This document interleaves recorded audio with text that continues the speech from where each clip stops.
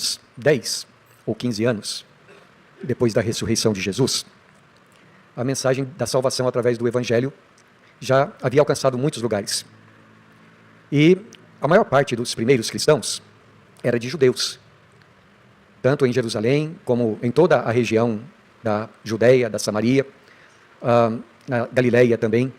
Mas ao mesmo tempo em que o número de judeus cristãos foi se multiplicando, eles também começaram a experimentar muitas perseguições, a ponto de que eles tiveram que fugir de Jerusalém e se instalar em muitos outros lugares do Império Romano.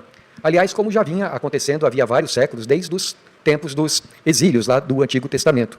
E é por isso que aqui, começando a sua carta, Tiago, ele carinhosamente chama os crentes para quem ele está escrevendo de as 12 tribos que se encontram na dispersão.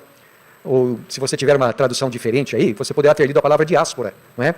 Que era um termo técnico, digamos assim, para se referir aos crentes judeus que estavam espalhados pelo mundo. A carta de Tiago, ela é muito parecida com a literatura de sabedoria do Antigo Testamento. O jeito, a maneira de Tiago falar é bem parecido, por exemplo, com o livro de Provérbios. E é muito parecida também, não somente na sua maneira de falar, mas no seu conteúdo, às coisas que Jesus ensinou. Você, na medida em que nós estivermos estudando, verá que Tiago, ele cita várias vezes o Sermão do Monte, aquele sermão do Senhor Jesus lá em Mateus, capítulo 5, 6 e 7. Bem, quando Tiago escreveu, ele demonstra aqui na sua carta que estava ciente do que acontecia com seus irmãos espalhados pelo mundo. Sabia que os irmãos estavam passando por muitas provações. Sabia também que os crentes estavam sofrendo muitas tentações e que muitas vezes estavam desanimados, tristes. Muitos haviam se esfriado na sua fé, alguns até haviam se tornado mundanos em sua maneira de viver. Havia até quem estivesse se afastando da igreja e dos caminhos do Senhor. Então, movido pelo Espírito de Cristo que nele estava, Tiago, em pequenos blocos de assunto, ele aborda vários aspectos da vida cristã que estavam sendo negligenciados pelos seus compatriotas. E ele exorta, então, os irmãos no sentido de olharem para as suas próprias vidas, mas olhar com os olhos de Deus.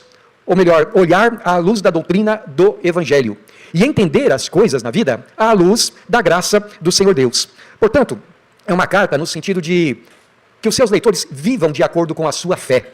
É uma carta de encorajamento para os desanimados, é uma carta de renovação para os que se sentem cansados, é uma carta de despertamento para aqueles que estão acomodados, é uma carta de repreensão para os espiritualmente fracos.